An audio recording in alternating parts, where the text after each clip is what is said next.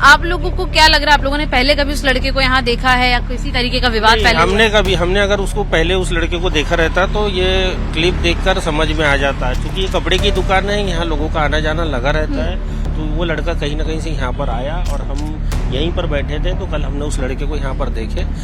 नागपुर में 17 तारीख के बाद दोबारा एक बार दंगों को अंजाम देने वाली तस्वीरें सामने आई, जहां लोगों में एक बार फिर उपद्रव की स्थिति उत्पन्न हुई। क्या हुआ, इसका एक पूरा जायजा एक आई विटनेस से लेते हैं कि उन्होंने क्या कुछ देखा।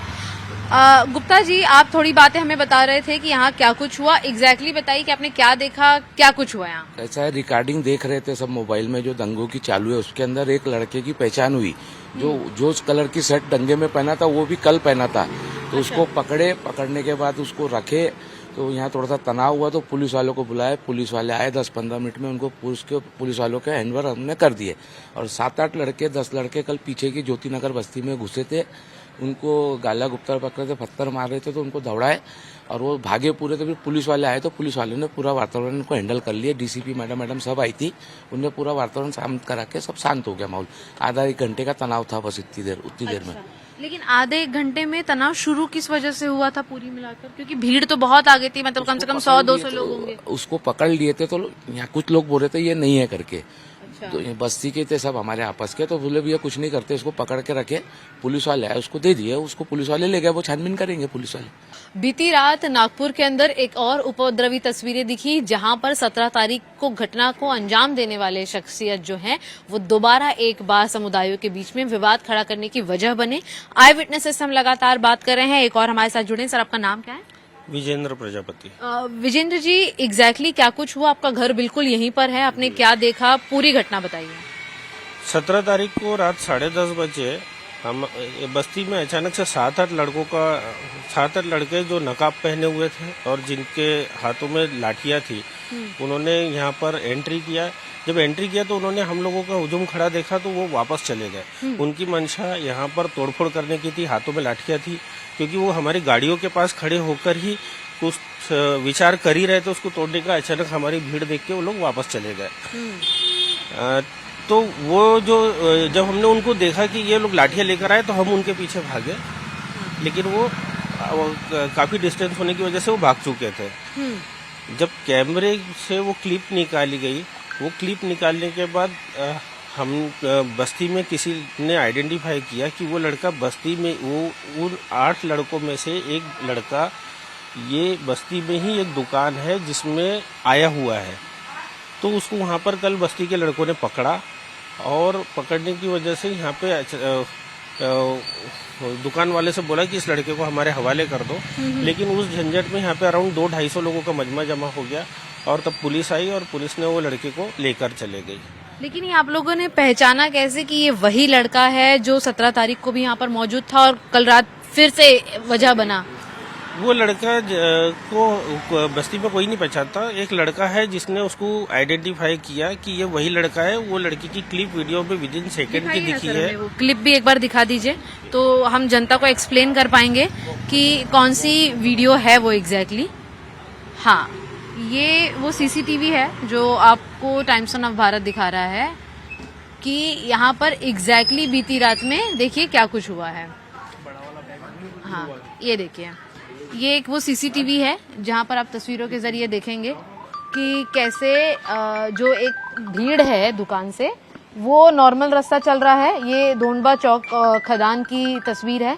यहाँ आप देखते हैं कि एक ग्रुप जो है हाथों में बम्बू लिए, चेहरा ढके, डंडे लिए यहाँ पर पहुंचता है, और आप देख सकते हैं कि पूरी मंशा साफ साफ नजर आ रही है कि उनको उपद्रव यहाँ पर मचाना है। और मैं ये देखते हैं आप भागते हुए एक तस्वीर आती है। एक बार मैं फिर पीछे जाऊंगी, आपको मैं एग्जैक्टली बताऊंगी कि आइडेंटिफाई हुआ शख्स कहाँ से है। ये देखिए, ये जो लड़का आपको ग्रीन शर्ट में यहाँ नजर आ रहा है चेक्स के, इसे आइडेंटिफाई किया गया कि इसी ने यहाँ पर दंगाई करने की कोशिश की है। ये बिल्कुल वही लड़का है सर? जी हाँ, दंगा करने के लिए जो ग्रुप आया था 8 लड़कों का, उसमें से एक लड़का है जो यहाँ पर मिला है, और उसको कल पब्लिक ने पकड़ा है। अच्छा, उसको पुलिस के हवाले कर दिया है।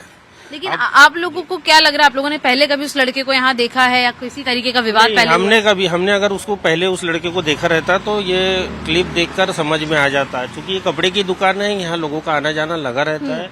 तो वो लड़का कहीं ना कहीं से यहाँ पर आया और हम यहीं पर बैठे थे, तो कल हमने उस लड़के को यहाँ पर देखे और लड़के को देखने के बाद अचानक लोगों ने आइडेंटिफाई। अच्छा, विशेष बात यह है कि कल जब वो आया था, ये तो 17 तारीख को जो 7-8 लड़के थे वो लड़कों के ग्रुप में वो लड़का था। कल वो जो लड़का आया था, कल भी वह यही शर्ट पहना हुआ था, उसकी शर्ट कुछ डिफरेंट सी है, यही शर्ट पहना था और यही कैप पहना था। बिल्कुल, उससे इजीली पहचान हुई। और ये देखिए, ये अहम स्टेटमेंट इसलिए है क्योंकि किस तरह से नागपुर में जो सामान्य जनता है वो भी अलर्ट मोड पर है कि किसी तरीके से शांति भंग इस जगह पर ना हो। अपनी सुरक्षा का ख्याल रखते हुए भी लोगों ने तुरंत पुलिस की सहयोगिता से अलर्ट किया और तुरंत ही उस पूरी घटना को कंट्रोल में लाया, वरना 200-250 लोगों की भीड़ से स्थिति कर्फ्यू के बीच में और ज्यादा चिंताजनक हो सकती थी। 17 मार्च की रात के बाद से जिस तरीके की तस्वीरें नागपुर में बदली, माहौल कर्फ्यू का है, लेकिन इस बीच में भी किस तरीके से दंगाई थमने और रुकने का नाम नहीं ले रहे। ये नागपुर से एक और तस्वीर में सामने आया है।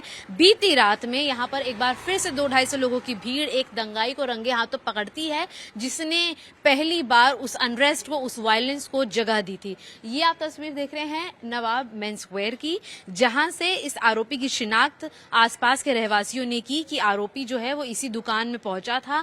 कुछ लोगों का यह भी कहना है कि यहाँ पर काम करता था और जब सीसीटीवी के आसपास से उसकी शिनाख्त एक लोकल द्वारा की गई तब उसे पकड़ा गया और तुरंत ही पुलिस को वहां पर बुलाया गया। लेकिन जब साधारण लोगों ने ये कहा कि इस व्यक्ति को पुलिस के हवाले किया जाए तो दुकान के मालिक हैं और उन्हीं के रिश्तेदार जो हैं आसपास नवाब मेंस वेयर के, उन्होंने सीधे मना किया। अनरेस्ट की तस्वीरें आपको लगातार पंकज दिखा रहे हैं, आप समझेंगे कि इस इलाके में क्या हुआ। ये वो चप्पल है जो कई लोगों की है, जो आपको बताती है कि कल यहाँ पर किस तरीके की तस्वीरें थी।